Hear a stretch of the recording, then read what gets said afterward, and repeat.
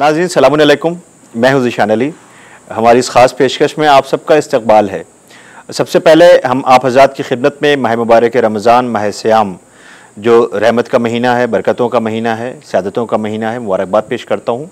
और ये हमारे लिए शरफ़ है कि इस वक्त हम मौजूद हैं डॉक्टर कल्ब सादिक साहब की खिदमत में। डॉक्टर साहब, आपको माह सियाम, माह मुबारक रमज़ान की मुबारकबाद पेश करता हूँ। और नाजरीन बहुत खुश हो रहे हैं इस वक्त आपको देख करके और आपको सुनना चाहते हैं वो। तो ये इस मौके पर सबसे पहले मैं आपकी खिदमत में माह मुबारक रमज़ान की फ़जीलत के हवाले से मैं चाहूँगा कि हमारे नाज़रीन की खिदमत में आप अर्ज़ करें। तमाम सामीन और नाज़रीन की खिदमत में मेरा जवाबी सलाम अर्ज़ है। खुदा आप सब हज़रात को सलामत रखे। मेरी पोजीशन इस वक्त यह है कि मैं तकरीबन 3 साल से मुसलसल बीमार चला रहा हूँ। इस वक्त मैं एक अस्पताल में हूँ, अस्पताल से ये रिकॉर्डिंग हो रही है। रमज़ान मुबारक की एक ख़ास अहमियत है जो किसी और महीने या दिन को हासिल नहीं है। इस बात को ज़हन में रखना चाहिए कि अहादीस में आया है कि अल्लाह इस महीने में मुसलमानों को अपना मेहमान बना लेता है।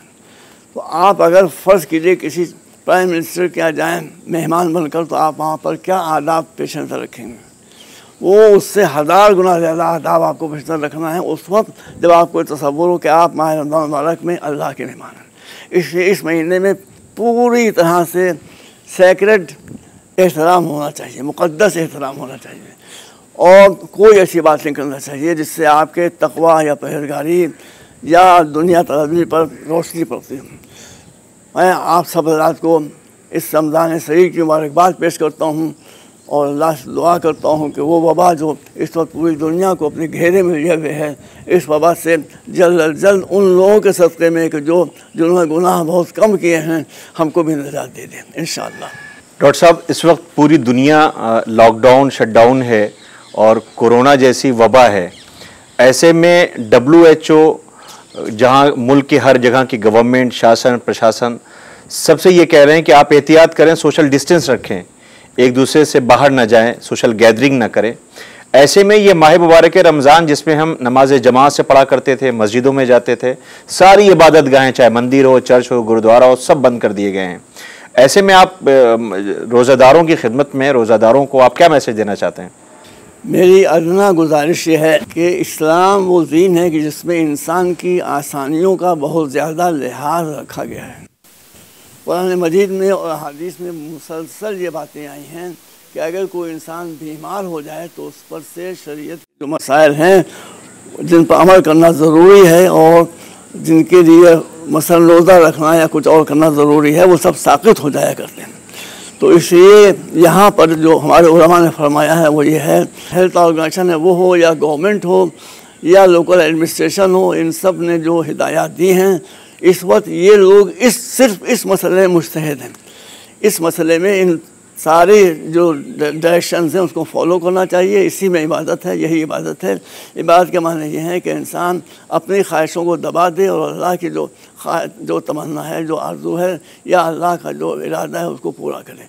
इसलिए इस महीने में ख़ास तौर पर चाहे वो गवर्नमेंट का ऑर्डर हो, चाहे डॉक्टर का मशवरा हो, चाहे हेल्थ ऑर्गेनाइजेशंस के मशवरे हों, उन सब पर अमल करना वैसे ही ज़रूरी है जैसे आम दिनों में रोज़ा रखना ज़रूरी है। बहुत बहुत शुक्रिया। एक सवाल और आपकी खिदमत में मर्ज़ करना चाहते हैं कि सोशल डिस्टेंस की बात की गई है और ये कहा गया है कि हम बाहर के जितने भी मॉल हैं, शॉप्स हैं, ये सब बंद कर दी गई हैं क्योंकि इससे वायरस के ट्रांसफ़र होने का पूरा अंदेशा है, बल्कि यकीन है। तो ऐसे में हमारे यहाँ माह मुबारक रमज़ान में, माह सियाम में इफ्तार का जो कॉन्सेप्ट है कि वो एक एक घर का अफ्तारी जाना, मस्जिदों में भेजा जाना, लोगों तक पहुँचाया जाना, ऐसे में हमें क्या एहतियात करनी चाहिए, हम क्या करें? मैंने अर्ज़ किया आपके सामने कि शरीयत ये कहती है कि सबसे मुक़द्दम आपकी सेहत है। शरीयत कोई सिगरेट स्मोकिंग का वो पैकेट नहीं है जिस पर लिखा हो कि cigarette smoking is injurious to health. Cigarette पीना आपकी सेहत के लिए नुकसानदेह है, उसको आप मार्केट में मिला रहे हैं, यानी उससे पैसा भी कमा रहे हैं, दूसरा ये भी कह रहे हैं कि अच्छा आपकी सेहत को नुकसान होगा। इस्लाम ये नहीं कहता। इस्लाम कहता है जहाँ पर आपकी सेहत का सवाल आएगा वहाँ पर सेहत के अहकाम जो है मुअत्तल हो जाएंगे। इसलिए जो गवर्नमेंट कह रही है, बशर्ते कि मोतबर गवर्नमेंट हो, जो हेल्थ ऑर्गेनाइजेशंस कह रही हैं उस पर अमल करने में सवाबी सवाल है और उसकी मुखालिफत करना मुनासिब नहीं। मैं आप हमारे नाजरीन को माह मुबारक रमज़ान, माह सियाम में सबसे पहले तो मैं आपकी सेहत के लिए दुआ गो हूँ। परवरदिगार आलम आपको जल्द से जल्द सेहत आजिल और सेहत कामिल इनायत फरमाए ताकि आपकी खिदमात हैं कौम उसे किसी भी सूरत में फरामोश नहीं कर सकती है। आज जो तालीम का इतना बड़ा सरमाया है, ख़ासतौर से मुल्क की आवाम के पास, शियों के पास, इस कम्युनिटी के पास, लोगों के पास, वो आपकी काविशों का सरमाया है। ऐसे में लोग आपको एक बार फिर जल्द से जल्द देखना चाहते हैं ताकि आप वैसे ही एक्टिव रहें, उसी तरीके से आप लोगों तक आपकी खिदमत है जो नस्लों तक काम आएगी। ऐसे में आप क्या मैसेज देना चाहेंगे माह मुबारक के? मेरा मैसेज ये है कि मैं तकरीबन 3 साल पहले इराक़ गया था, तो वहाँ जो हमारे मर्द वक्त हैं आयतुल्लाह सिस्तानी, उनकी खिदमत में मैं हाजिर हुआ था। बहुत लंबी उनसे गुफ्तगू हुई थी। उस गुफ्तगू में उन्होंने फरमाया था कि अरब सादिक, मैं तुम्हारे ज़िम्मे हिंदुस्तान में 3 काम करता हूँ। मैंने कहा इरशाद फरमाइए, जहाँ तक मेरे इम्कान में होगा मैं आपके अमल को बजा लाऊँगा। कह रहे पहले तो ये कि वहाँ के जो मुसलमान हैं, ख़ास तौर पर जो शिया हैं, उनसे गुर्बत का खात्मा करूँ। दूसरा पैगाम यह है कि जिहालत का खात्मा करूँ। तीसरा पैगाम यह है कि मौलवी में जो गुटबंदी हो गई, हर आदमी जाता है, एक मलसक हो जाता है, भौचक कर जाके बैठ जाता है और हटा सटा वहाँ शुरू करता है, इसको चेक करूँ। मैं उनसे वादा करके आया था, लेकिन मेरी बदकिस्मती और मैं इसी मैसेज के जरिए आगा खिदमत में करना चाहता हूँ। आते ही मैं सख्त बीमार हो गया और हॉस्पिटलाइज हो गया। उस वक्त से सिलसिला अभी तक चल रहा है, लेकिन अब फिर मैं इस सिलसिले को यूँ न सही, तकरीरों में न सही, तो लेकिन मैं कोशिश कर रहा हूँ कि टीवी मैसेजेस के ज़रिए से या आपका पैगाम मैं मुसलमानों तक और ख़ास तौर पर शियों तक पहुँचाऊँ कि वो गुर्बत को अमीर मोमिनीन या अहले बैत की तासी न समझें। अहले बैत में कोई इमाम हमारा गरीब नहीं था।